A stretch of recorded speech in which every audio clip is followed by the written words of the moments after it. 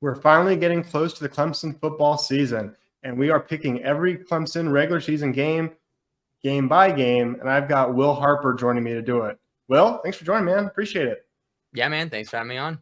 So Will made picks for Shaking the Southland. He's a writer over there. And through 11 games, he was spot on, with the only loss being to Notre Dame. Of course, the Palmetto Bowl happened, but he was darn near perfect. So we're bringing him back, or bringing him on this channel now, I should say. And he will post these on Shaking the Southland as well. So be sure to check out Shaking the Southland. All right, Will, I'm going to put up the schedule, and let's start talking through it. So Duke on the road, Labor Day again. I love these Labor Day games. I know the team doesn't like them. I know Dabo doesn't. But I love watching all the football and then having a day. It's great. So Duke blasted UCF in the Military Bowl, finished with 9 wins. What are your thoughts on the opener? I think, honestly, Duke is going to be a better opener, I think, than last year's Georgia Tech. I feel like in the past we've had some kind of, I don't know, easy opening games. It's always exciting to me to have straight out of the gate what I think is a good game. Duke, I think, was better than what a lot of people sort of perceived them to be. I know the reputation in the ACC for their football program is not great, and there's reason for that for sure. But I'm a Mike Elko believer. I think this team is going to be one of the better teams in the ACC. I'm not saying they're going to be top 3, but I certainly think they're going to give us more of a test than they have in the past. I think Clemson definitely takes this one head on and comes away with it pretty cleanly, but I'm not expecting it to be a pushover. You know, I think back to, again, that the Georgia Tech game, and I think it was 2018. We steamrolled them so bad at home, or 2019 it was. And we've had some of those kind of games right out of the gate, which are always fun, but they don't really tell us a whole lot. I think Duke is going to be much more of a who are we kind of game. They've got a lot of starters returning. I think it's like 17 starters coming back. You can see right there, 71% production returning. They were 9-4 last year. Like you said, they beat a decent UCF team last year. I'm not saying they're going to compete for the ACC title, but I certainly think they're going to give Clemson more of a test week 1. Yeah. Quarterback Riley Leonard returns. He threw for 2,967 yards, and he's back with more experience. So I like that. I don't like playing Georgia in the opener, but I also don't like playing, Furman in the opener. This is the perfect middle ground. All right. So speaking of playing teams like Furman, Charleston Southern was 2-8 last year, a not strong FCS team. And then Florida Atlantic, Tom Herman's their coach now. They went 5-7 last year and dismissed Willie Taggart. They're also moving to the American Conference, or American Athletic Conference. So a lot of change for them, and it's the week before Florida State. So let me give us the win for Duke, because you picked us to win there. Any concerns about, I assume not Charleston Southern, but Florida Atlantic look ahead spot? Yeah, Southern, the only thought there, of course, it's a short week. I think they have 4 days, maybe the turnaround off of Labor Day.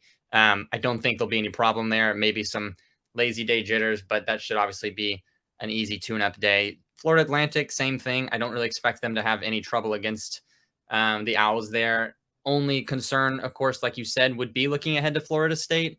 But I'm pretty sure Dabo will keep his group in check, and we shouldn't have any real issues here. Yeah, I think those are both kind of like trap spots, but these aren't the type of opponents who could take advantage. So I'm not going to reveal my picks. I'll put those in a separate video, although you can see in the far right column my projections for every ACC, every ACC team and South Carolina. I put in, just basically every opponent. I put my projections for them, so that kind of gives you a little tip off, a little premonition on what I'm expecting them to do and how Clemson will do against them. So finally get to it. Florida State, biggest game of the year. They're coming to Clemson. They haven't beat Clemson since 2014. They are ranked above Clemson. Ranked above Clemson in the AP poll, although the ACC media did not pick them above Clemson. The ACC media still picked Clemson to win the ACC, but nevertheless, Florida State's getting a ton of hype. They could face them twice, so this isn't to decide the Atlantic Division. There's no divisions, but what do you got? Yeah, this is the big one. I mean, we were just talking before we started filming. I think I go back and forth. I think this is definitely our most likely game to drop if it's going to be one this year. I don't like the fact that, we've got all the media talk around Florida State, of course, they've been the kind of star of the offseason so far. We've got a lot of transfers, big names coming in. You've got Fintrell Cypress from Virginia. You've got Jaheim Bell. You've got good returners coming back. Trey Benson. You've got Johnny Wilson. Jordan Travis, of course, is a phenomenal quarterback. He made, I mean, just play after play last year. It felt like he's kind of one of those guys. I kind of view him as like a Lamar Jackson type in my head. But, at the same time, Clemson mostly handled business last year. It was kind of a weird game. They got away from them towards the end, and it really became closer than it should have. But, for all the talk, I think Clemson still probably has their number right now. It's home in Death Valley. I think that's a phenomenal advantage that we have going for us. I have to think that we're not looking at a 2013 type beat where both teams have a ton of hype and it's supposed to be this national matchup where, whoever wins is probably going to the playoffs and then Clemson disappears. I think we're going to put up a good fight, if nothing else. But I don't know. I think this is one that really could go both ways. I think once we see the first 3 weeks of this team, it's going to be, I'll have a lot more confidence one way or another. Duke is going to tell us a lot. Southern and Florida Atlantic obviously are going to be kind of misleading or could be misleading, I guess, for this offense. But it's early. We don't have a lot of season to play off of with these teams. And so both teams, I think, are going to be, well, Florida State really is the team that's going to have the most proven by that point. They have that big matchup with LSU coming week 1. That's going to tell us a lot. But as far as Clemson goes, we may still be in the dark a little bit about this matchup until game day. It's just going to be hard to predict how well this offense is going to be clicking, how much Riley's system is going to be, smoothly playing out for these guys. But I have to go with the Tigers. I feel like I can't pick against them at home here. And I think they get the win here. Yeah, we'll learn a lot after just week 1 when we see them play LSU, but obviously you don't get the benefit of that when you're making the preseason pick. So tough to make it now. I think what'll be interesting is Florida State's got all the hype. It's kind of like the Roy bus. Everyone's talking about Florida State. Forgot about they lose to LSU, that completely flips. And now they're going to drop way below us in the polls. So that'll be an interesting kind of possible dynamic as well. And of course, if they beat LSU, they're going to jump in the polls and be favored on the road most likely. Top 5. Yeah, and they would deserve it, right? You go on the road and beat LSU for your 7th straight win. I will say I love the transfers they added, especially Fintrell Cypress, top cornerback in the ACC per PFF, and they just take them. They've finished winning 6 games in a row. Great, but it was Georgia Tech, Miami, Syracuse, Louisiana, not LSU, Florida, and Oklahoma, who was 6 and 7. So that's great. You didn't blow any of those, but those are not good teams. So I don't know how much it just seems we're jumping the gun a little bit. I think they have the potential to be a playoff team, especially if they beat LSU. I might start believing it, but right now, I think your pick makes a lot of sense. I think too, even if we drop against Florida State here, I think, like you said, there's a really good chance we meet back up in the championship game. And I would pick us to win the rematch. I think if we were to lose the first one, it's going to be interesting to play them next year for sure. Yeah, what worries me is if you can't beat them at home, why can you beat them in Charlotte? That's true. That's true. All right, so then following a huge game, biggest conference game of the year at home against Florida State, you go to the road, face Syracuse, where they've won 9 out of 10 against Syracuse, but about half of those have been really close. Possible hangover situation. What do you got here on Clemson at Syracuse? Yeah, Syracuse is always a weird one. They, like you said, not very close record the last decade, but always seem to give us trouble. A lot of weird close games, especially in the Dome. That's a tough environment to play in, and they have definitely played us close there. I think Clemson definitely walks away with a win here for sure. But I do like this Syracuse team. Obviously, they lose Sean Tucker to the draft. He was a phenomenal running back for them. They've still got Garrett Schrader. I'm kind of high on Garrett Schrader. I like him as that kind of dual threat quarterback. He ran a lot the last 2 seasons. I believe last year wasn't quite as productive for him as it had been the previous season, but he's a great option up there. Of course, the linebackers, I think people forget they lost Stephon Thompson. He went out with I believe it was a leg injury pretty early on in that season. He was a huge force for them in the 21 season. He's back. If he's healthy, I think their linebackers have a chance to be really strong. Overall, of course, I don't think they have the guys to really compete with the big boys in the ACC right now. But as we always know, Syracuse is a trap game no matter when we play them, let alone after potentially top 10 matchup with Florida State at home for the conference title. So I definitely think it'll be close. It might even be uncomfortable, but I have to give Clemson, I think, the win here as well.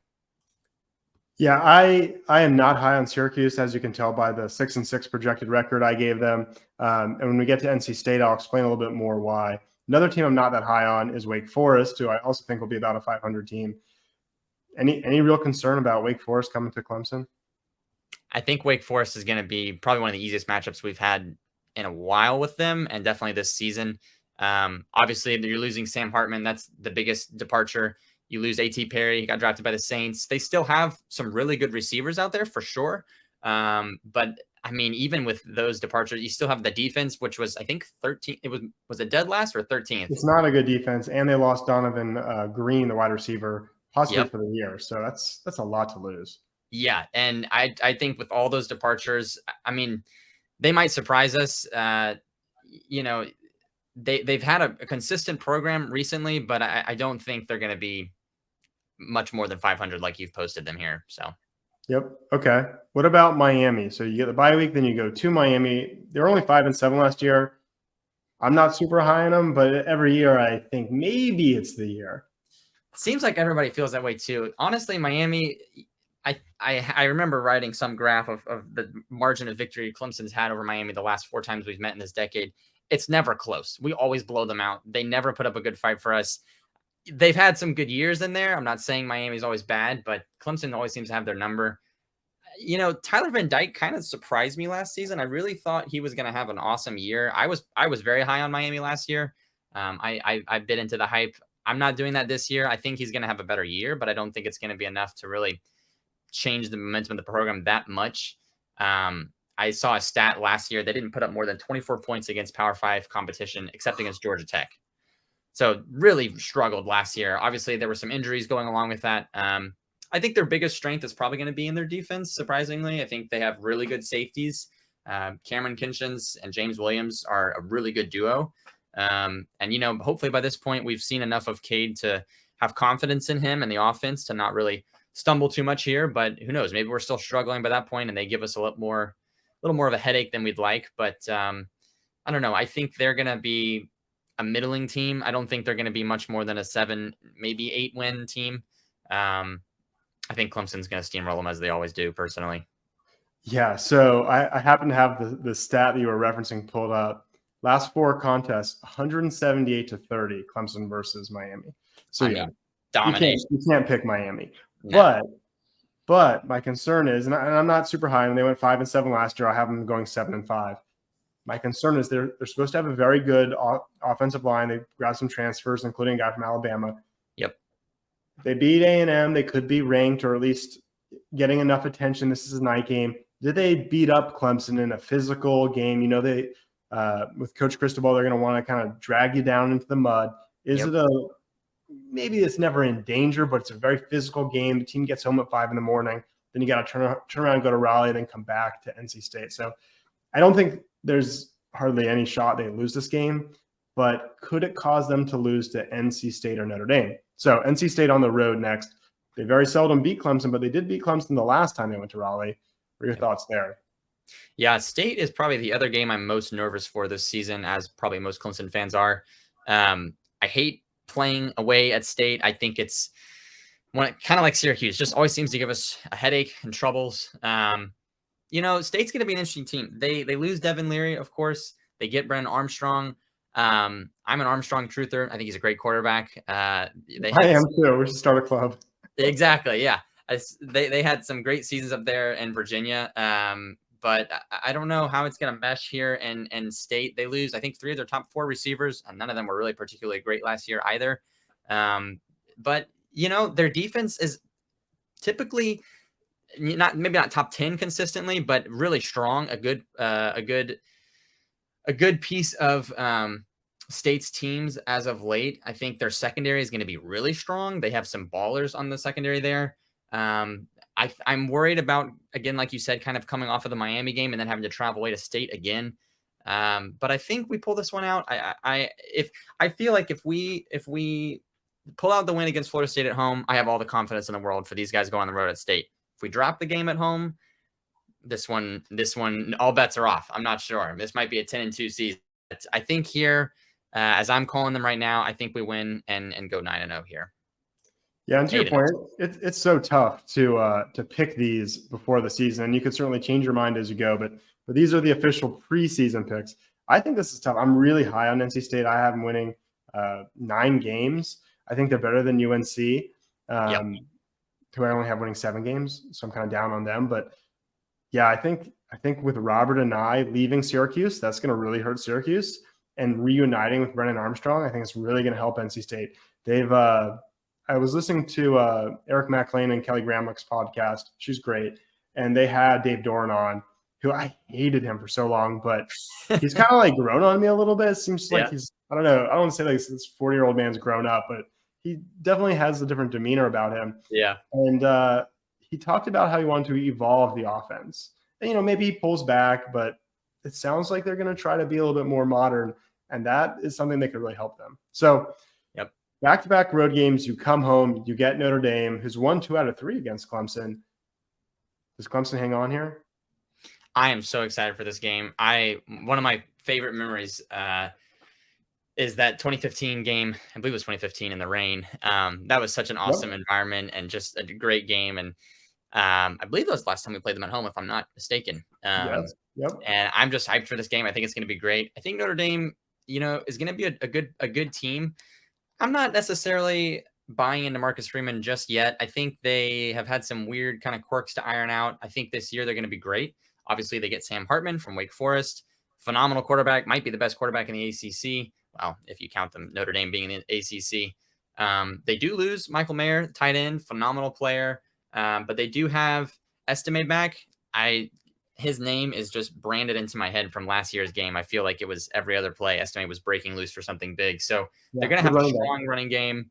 I think they're going to have really good tackles. They've got Joe Alt and Blake Fisher. Those are phenomenal players on the line for them. So offense, no doubt, is going to be strong. I think it kind of comes down to how well Sam Hartman is playing in Notre Dame for them. New system, new team, new coaches, everything. Transfer players are obviously balling out left and right. You've got, no shortage of examples there, but I think that's something to be considering. I think their defense is going to be great. They've got a really strong linebacking core. They've got Benjamin Morrison at corner, who has a chance to have a phenomenal season.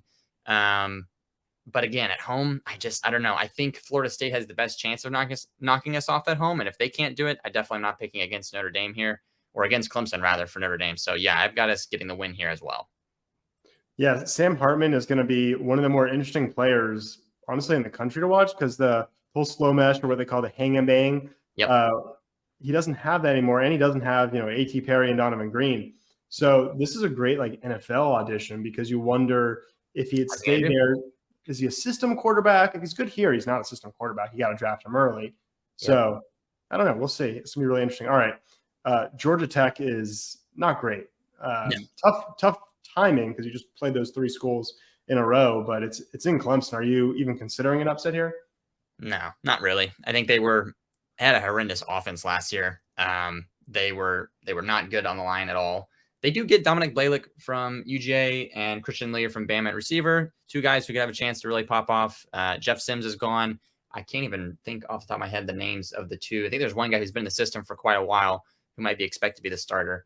Not really a whole lot to be expecting there. I think getting rid of his name eludes me right now, Jeff Collins, I think was the right move for Georgia Tech. They've been in hard times lately, and certainly my childhood remembers Tech being much more dangerous for us in the past. So I don't think this is the year, though. I think they're still in transition, and probably not going to be much here for Clemson. Yeah, and Zach Pyron is the quarterback you're thinking of. They also have Haynes King from Texas A&M. That's right. As of this recording, it's still unclear who the starter will be. And then North Carolina, which is basically Drake May. I'm really down on them this year. I don't know if you share that sentiment, but with 2 games left, starting to get, are you going to pick us to go undefeated? This 2 tough games, though. People are high in North Carolina. I'm just not. What do you think? Yeah, North Carolina is confusing to me. I think it really is the Drake May show. I feel like he is a phenomenal player, phenomenal quarterback. My concern there is he ran, I can't remember how many attempts he had last year. It was well over like 150, which I think is way too much for a quarterback like him. If he gets injured, goes down, I think UNC's season is pretty much just out the window. Oh, absolutely. They still have some good receivers. The defense was kind of forgettable last year. I think their goal this year is just don't be bad, and then May can carry you through a lot of these wins. But, Clemson kind of had his number in the championship game. I think we're going to be fine against them here. And I've got us 11-0 through North Carolina. Okay. Yeah, he ran for 698 yards. Yeah, 184 rushing attempts. That's a lot of risk. A ton. Yeah. Okay, so another revenge game. You have us beating Notre Dame. Now they got to go on the road to, honestly, a South Carolina team that seems like they're getting, at least as a program, better. Beamer's doing a pretty good job. Yeah. Yeah. 11-1 with a loss there does not feel good. No, I have to go 12-0 here. I cannot pick against the game or against Clemson with the Gamecocks. I think there's plenty of reason to suspect a loss here. But if this is how the schedule plays out to this point, I'm going full confidence here with the win here. Spencer Rattler is kind of a confusing guy for me. I don't know. He's had some really flashy moments, and then he's also had some really questionable play. I think there's a lot of really room for him to be one of the best quarterbacks in the SEC this year. A lot of guys have kind of left, and he might be one of the best players there. Antoine Wells obviously tore it up. He had, I think it was 20 catches against us and Tennessee combined, those two games. They get Trey Knox from Arkansas, who's a phenomenal tight end. So there's reason to believe they're going to be as good, if not better, this year on offense. But I don't know. I think, well, the road environment is tough too. It's obviously playing in Columbia is always tough. They've got our number after breaking that streak. I think Dabo's going to have these guys fired up. We had the streak at home. We had the streak against them. I think they're going to want to win the state hard, and I think they do it here. 12-0 is bold. I know. 12-0 is, it feels wrong to pick it. It feels arrogant, but I've been going over it back and forth, and I can't find. We were talking before we started. I feel like 11-1 is a safe prediction, but when I look at the schedule and I see who we've got, I don't really see where it is besides Florida State potentially that we lose. So I'm going to say 12-0. If we do percentage confidence, I'm like 85% confident. If we drop one, pretty good. It's pretty good. If we drop one, I'd say it's Florida State. I think we go 11-1. I'm pretty confident about that, but I don't know. I'm drinking Kool-Aid this offseason, and I'm chugging it. I think we're going 12-0. Now, postseason, I don't know what the run looks like if we want to go there. I think we could take the ACC at that point, but the playoffs, I would think we'd probably drop the first round there. But 12-0 regular season would certainly be, I think, an outstanding performance by anyone's measure. So, yeah, I mean, last year you go perfect in ACC play, but lose to all the good non-conference teams you play. So I think you have to do more out of conference. Otherwise, it just looks like you're beating up on the Mountain West. Yeah. So especially with all the realignment talk, you gotta do something in the non-conference to not be kind of branded that way. So yep. Yeah. All right. Awesome picks. I know folks will like to hear that, but great analysis too. Thanks for joining. Folks, I would really appreciate it if you could subscribe to this channel. If you've already subscribed, please give a like to this video if you enjoyed it.